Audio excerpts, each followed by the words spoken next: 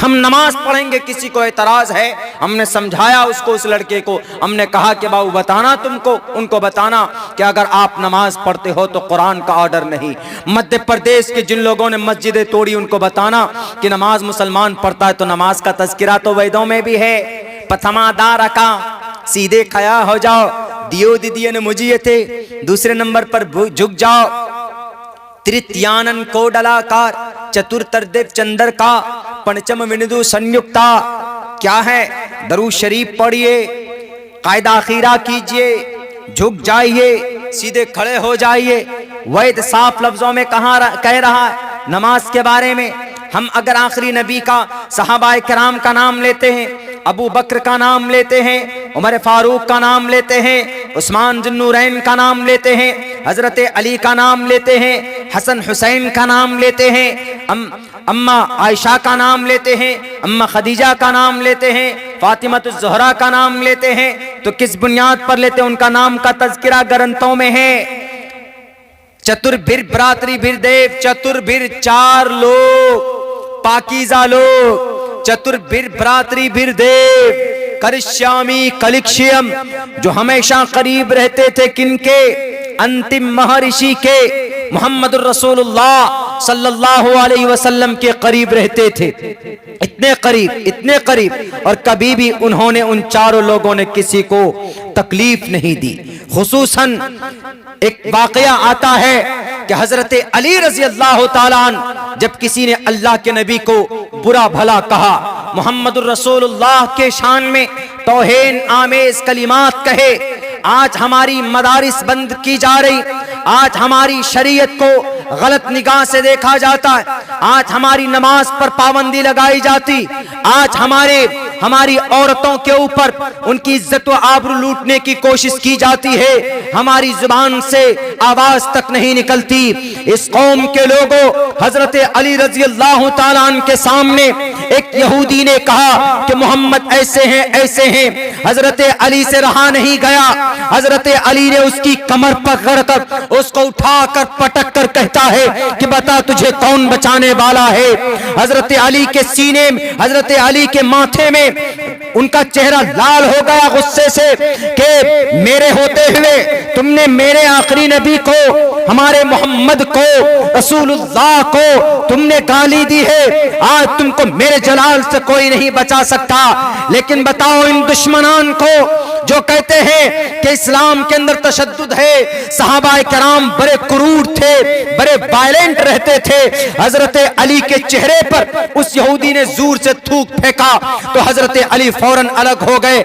उस यहूदी ने सोचा कि मैं तो मरूंगा ही, लेकिन थूक देता हूं इसके चेहरे पर ताकि इसको और इसकी रुसवाई करूं। हजरत अली के शक्ल पर जैसे ही थूक पड़ती है वो अलग हो जाते हैं। तो हजरत अली से पूछा उस यहूदी ने कहा कि हजरत अली तुमको तो और मुझे मारना चाहिए था, अगर हम होते हमारे चेहरे पर कोई थूकता तो हम उसकी 32 दांत तोड़ देते, उसके सीने पे खंजर उतार देते हैं, हमारे अंदर इतना गुस्सा होता।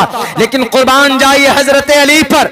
हजरत अली ने कहा कि जब मैंने तुझे पटखाता इस वजह से कि तूने मेरे प्यारे नबी मोहम्मदुर रसूलुल्लाह के शान में तौहीन आमेज कलिमात कहे, मुझसे बर्दाश्त नहीं हुआ था। आज मेरी बहनों की इज्जत लुटती है, हम खामोश हो जाते हैं। बहन गुलनाज के जिस्म को दागा गया, हम खामोश हुए। हाथरस में बहन मनीषा की इज्जत लूटी गई, हम खामोश हो जाते हैं। आसाम में 350 मदारिस बंद कर दिए गए, हम खामोश हो जाते हैं। नहीं मेरे भाइयों, आवाज बुलंद करनी पड़ेगी आपको। सोशल मीडिया के जरिए आवाज बुलंद कीजिए, बल्कि अपना प्रोटेस्ट दर्ज करवाइए जब जरूरत पड़ती है। संविधान के मुताबिक, कानून के मुताबिक किसी को दुख तकलीफ मत पहुंचाइए। अगर आपको शरीयत में दखलंदाजी की जा रही हो और आपके अंदर कोई आपकी रगे हमीयत ना फड़के, आपके माथे में शिकन ना आए, तो समझिए कि आपका ईमान कमजोर है, आप कंप्लीटली मुसलमान नहीं हैं। हजरत अली ने कहा, ए यहूदी तूने मोहम्मद रसूलुल्लाह की को गलत कहा। मैं मोहम्मद रसूलुल्लाह के शान में, शरीयत में अल्लाह के लिए कोई गलती करे तो मैं माफ नहीं कर सकता। मेरी जान और माल कुर्बान मोहम्मद पर मैं फना हो जाऊं, लेकिन मोहम्मद रसूलुल्लाह को कोई गलत कहे, वी कांट बेयर, मैं बर्दाश्त नहीं कर सकता, इसीलिए मैं तुझे दफन कर देता यहीं पर। लेकिन जब तूने मेरे चेहरे पे थूक फेंका तो अब वो मैटर पर्सनली हो गया। अब जो मुझे गुस्सा आया तो तेरे मेरे चेहरे पर फेंकने की वजह से आया। अब ये मेरा पर्सनल मैटर हो गया और मैं, इस्लाम ये इजाजत नहीं देता कि मैं अपने खातिर किसी को तकलीफ दूं, किसी को मारूं। अगर मैं तुझे मारता तो लोग कहते कि अली के चेहरे पर थूका इसलिए अली ने उसका दांत तोड़ दिया, इसलिए मैं तुझे जा माफ करता हूं। है कोई दुनिया के अंदर ऐसे इंसान को की तरबियत करने वाला? लाओ दुनिया वालों, ये चैलेंज है मेरा। कैसी तरबियत शुदा सहाबाए किराम वल्लज़ीन माहु अशिद्दाउ अलल कुफ्फारि रुहमाउ बैनहुम, तशद्दुद करने वालों पर पहाड़ थे वो, हमदर्दी करने वालों के लिए मोम रहते थे वो। हजरत अली ने माफ कर दिया कि जा, मैं तुझे माफ करता हूं, मैं अपनी पर्सनल मैटर में मैं तुझसे इंतकाम नहीं लूंगा। आप कहते हैं कि इस्लाम तशद्दुद, सहाबाए किराम के अंदर तशद्दुद थी। ये एक अफवाह है, एक गलत फहमी।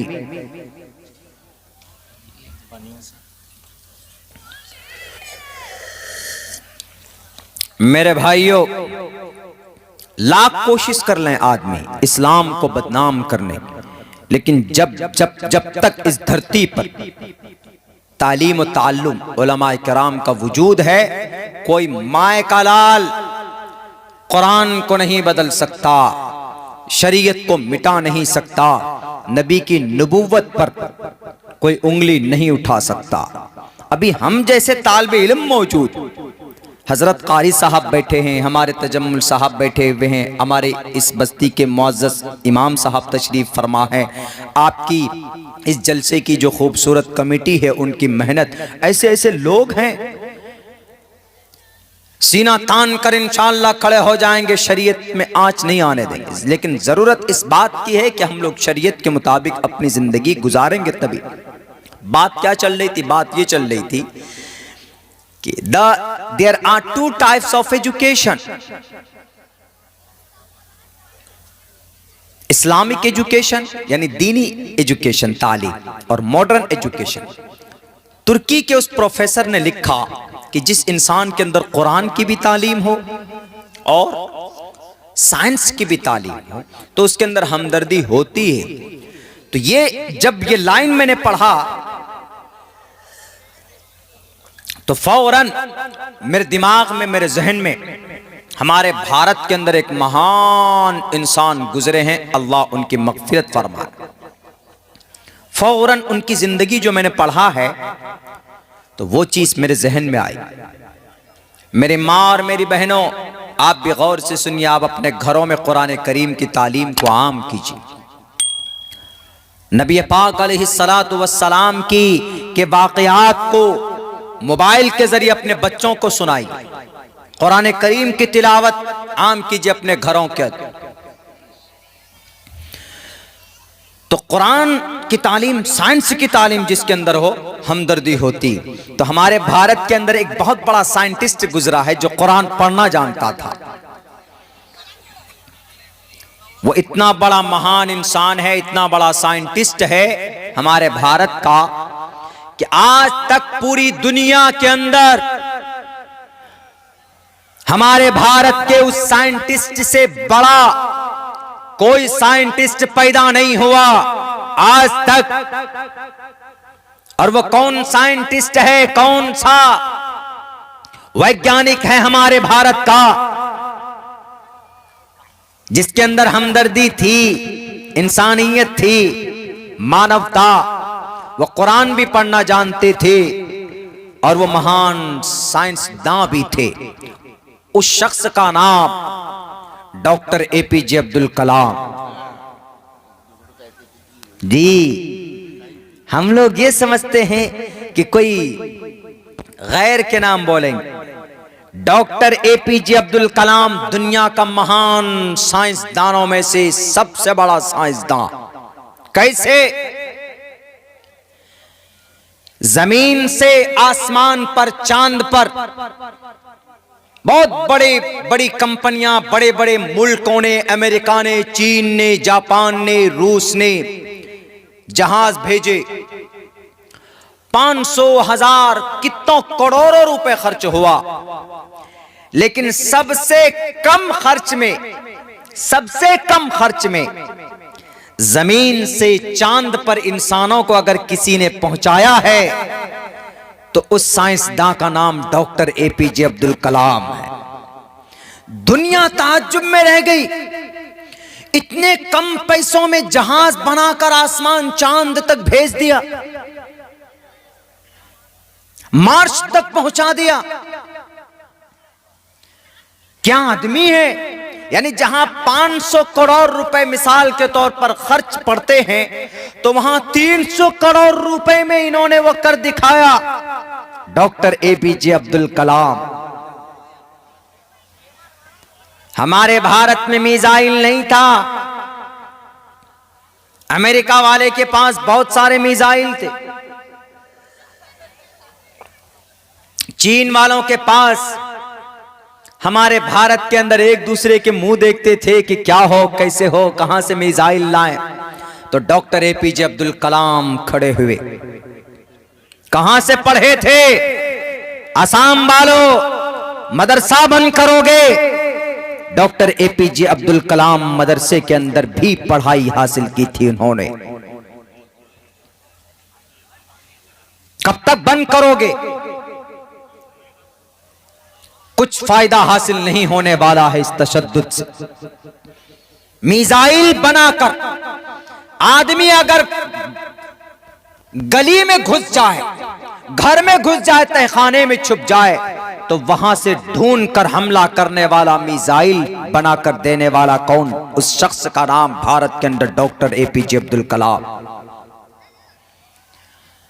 कुरान भी जानते थे, साइंस भी जानते थे।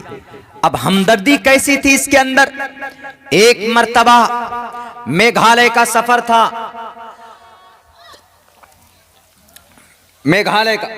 मेघालय का सफर था। अपनी गाड़ी में बैठे, कौन बने? वो राष्ट्रपति बने इस देश के आखिर में। लेकिन मेघालय के सफर पे थे, जब उन्होंने देखा कि सामने भी गाड़ियां हैं, 5-6 पीछे भी गाड़ियां, एक जवान फौजी को मशीन गन ताने हुए खड़ा है कि कहीं हमारे राष्ट्रपति डॉक्टर एपीजे अब्दुल कलाम साहब को कोई दिक्कत, कोई परेशानी ना, कोई हमला ना कर दे। उनके प्रोटेक्शन के लिए खड़े थे। डॉक्टर साहब देखते रहे बहुत देर तक। उन्होंने गाड़ी रुकवा कर पूछा कि ये लड़का क्यों खड़ा, ये मिलिट्री वाला नौजवान क्यों खड़ा? उन्होंने कहा कि सर आपकी प्रोटेक्शन के लिए खड़ा है। कहा कि उस जवान को लाओ मेरे सामने। अपने गद्दी पे बिठाया गया, अपने साथ गाड़ी में बिठाया उनको, और कहा जाता है कि जब तक डॉक्टर साहब उस इलाके का दौरा किए, जब तक उन्होंने स्पीच दी, उन्होंने उनको खड़ा नहीं होने दिया, बल्कि जहां जाते थे साथ में लेकर जाते थे। आज अगर कोई कुर्सी मिल जाए किसी को, तो 10 लाख रुपए का सूट पहनने की कोशिश करता है, 3 लाख रुपए का कलम इस्तेमाल करने की कोशिश करता है। ऐ दुनिया वालों, प्रेरणा हासिल करो डॉक्टर एपीजे अब्दुल कलाम की जिंदगी से। उनको 3 लाख 10 लाख का सूट नहीं, बल्कि अगर किसी कॉन्फ्रेंस हॉल में जाते थे तो कुर्सी अगर उनके लिए अलग बनती थी, तो उस कुर्सी को उठाकर अलग करके जो कॉमन कुर्सी बनी हुई होती थी, उसी कुर्सी पर बैठकर लोगों को संबोधित करते थे। अगर जरूरत पड़ जाती थी तो नीचे जमीन पे बैठकर लोगों से बातें किया करते थे। वो भूल जाते, जानते थे वो कि मैं राष्ट्रपति हूं, लेकिन उनके अंदर हमदर्दी थी। उस नौजवान को खड़ा होते देखकर दिल के अंदर हमदर्दी आई, दिल के अंदर रहम पैदा हुआ। उस नौजवान को अपने पास बिठा करके रखा था। ये चीज किसके अंदर आ सकती है? एक ईमान वाले के अंदर ये चीज, ये हमदर्दी आ सकती है। इसलिए मेरे भाइयों, अपने बच्चों को कुरान की तालीम भी दीजिए। अगर कुरान की तालीम दीजिएगा तो हमदर्दी के लिए वही काफी है। लेकिन जमाने के एतबार से आप अपने बच्चों को हमारे हिंदुस्तान के कानून के मुताबिक कानून की तालीम उनको दीजिए। हमारे इस देश के अंदर जो इंग्लिश मीडियम स्कूल हैं, प्राइमरी स्कूल हैं, स्कूल की एकेडमिक क्वालिफिकेशन भी अपने बच्चों को दिलाइएगा, तो इंशाअल्लाह तबारक व तआला आपका बच्चा कहीं पर भी जलील और रुस्वा नहीं होगा। वरना आपके बच्चों को रुस्वा किया जाएगा, आपके बच्चों के हक हुकूक छीन लिए जाएंगे। एक था नौजवान, हम अपनी बात आपको बताते हैं कि गाड़ी लेकर जब टूल टैक्स पे पहुंचते हैं तो हमारी गाड़ी में नंबर प्लेट नहीं लगी थी। उन्होंने कहा कि मौलाना अब्दुल्ला आपको 105 रुपए देने होंगे। मैंने 105 नहीं दूंगा, because I am local person, I belong to Jokihat. Jokihat is it located in Araria district. In Araria district 90 kilometres away from here to Jokihat. Jokihat local area में आता है। जब इस तरीके से हमने उनसे बात की, हमने कहा कि 105 नहीं दूंगा। पुलिस वाले आकर बोलने लगे कि मौलाना 9 लाख रुपए की गाड़ी में बैठे हैं, 50 रुपए एक्स्ट्रा दे दीजिएगा तो क्या बिगड़ जाएगा। मैंने कहा 50 नहीं, मैं 100 रुपए देने के लिए तैयार हूं। लेकिन इसकी ये जो टोपी और दाढ़ी देखकर इसके अंदर जो नफरत पैदा हुई है, ये उस नफरत की वजह से मुझे डराने की कोशिश कर रहा है और मुझे धमकाने की कोशिश कर रहा है और मुझे डेमोरलाइज करने की कोशिश कर रहा। इसीलिए इसके पसीने उतार दूंगा मैं 50 रुपए एक्स्ट्रा नहीं दूंगा। क्यों? ये इल्लीगल है और मैं इल्लीगल चीज को बर्दाश्त नहीं कर सकता। हमने कहा कि आप हमारे प्रोटेक्टर हैं, आप प्रशासन के लोग हैं, आप हमारे मुहाफिज हैं, हमारी हिफाजत आप कीजिए, आप उनकी तरफदारी क्यों करते हैं? इसीलिए मैं गाड़ी खड़ी कर दूंगा यहां पर, मैं एक कदम आगे बढ़ने नहीं दूंगा। पीछे ट्रैफिक जाम लग जाता है। ड्राइवर लोग आकर कहते हैं कि जब ये अपना आधार कार्ड दे रहा है, जब ये अपना प्रूफ दे रहा है कि ये लोकल एरिया का रहने वाला आदमी है, तो ये जोर जबरदस्ती क्यों? वो जो आदमी जिद पर अड़ा हुआ था, टूल टैक्स का ओनर जो था, वहां का जो मैनेजिंग डायरेक्टर था, वो तिलक लगाए हुए था। हमने कहा कि मेरी टोपी और दाढ़ी देखकर तुम्हारे अंदर ये नफरत पैदा हुई, तुम्हारे अंदर ये चीज दुश्मनी पैदा हुई कि मौलाना साहब को डराएंगे धमकाएंगे। हमने कहा कि तुम्हारे माँ ने दूध नहीं पिलाया, तुम्हें डराने धमकाने के लिए कोई माए का लाल पैदा नहीं हुआ है। मैं अब्दुल्ला सालिम, मैंने मदरसे के अंदर रहकर तालीम हासिल की है, मैंने कुरान करीम को पढ़ा है, मैंने दाल और रोटी खा खा कर, हमने कीड़े वाले चावल खा खा कर हमने तालीम हासिल की है। कौम ने हमको उम्मत का एक दयानतदार आलिम दीन हमको बनाया है। मैं कभी भी नहीं बदलूंगा, मैं कभी भी अपने ईमान का सौदा, अपने जमीर का सौदा नहीं करूंगा, तुम्हारे सामने अपने सर को नहीं झुकाऊंगा। देखते हैं कौन माए का लाल मुझसे 105 रुपए लेकर दिखाता। मैंने गाड़ी खड़ी की, हमने कहा कि लोकल हो, लोकल का एक 55 रुपए बनता है, लो 55 रुपए मैं मना नहीं कर रहा हूं। मेरे भाइयों, आपका ये भाई वहां पर डटा रहा। इन द एंड आखिर में कहा कि मौलाना आपने तो भीड़ जमा कर दी, लीजिए 50 रुपए जमा कीजिए, लेकर जाइए। मैंने कहा कि अब 50 नहीं, अब चाहे तुम 60 रुपए ले लो, मैं देने के लिए तैयार हूं। लेकिन तुमको एतराफ कराकर किया, मैंने एतराफ किया उसने कि ठीक है आप लोकल हैं, आप जाइए। अगर आप पढ़े लिखे हैं तो आप कहीं पर भी अपनी बात यकीन के साथ कह सकते हैं। अगर आप पढ़े लिखे नहीं हैं तो आपका हक भी आपके पॉकेट से, आपसे हलक से छीन लिया जाएगा। इसलिए अपने बच्चों को नारे तकबीर, अल्लाहु अकबर, नारे तकबीर, अल्लाहु अकबर। मेरे भाइयों, इसलिए मैं कहा करता हूं कि अपने बच्चों को मदरसों में भी पढ़ाइए, मकतब में भी पढ़ाइए। तफरीक, इंतशार से कौम बर्बाद होती। अगर हम मुत्तहिद होकर, दो ही रास्ते हैं, अगर हम इन दोनों रास्तों पर चले तो मैं आपको दावे के साथ कह सकता हूं, कोई माए का लाल आपको छू नहीं सकता, आपको हाथ नहीं लगा सकता। हमारे कौम के नौजवान, मैं समझता हूं कि तकरीबन 53% नौजवान ऐसे हैं जो सिग्नेचर करना नहीं जानते। जो साइन करना नहीं जानते हैं। बहुत बड़ी तादाद है नौजवानों की, और अल्हम्दुलिल्लाह जिसके सीने के अंदर ईमान होगा, नूरानियत अंदर होती, लेकिन जब आप आगे कदम बढ़ाएंगे तो यकीनन तालीम के मैदान में जब आप जाएंगे तो वो नूर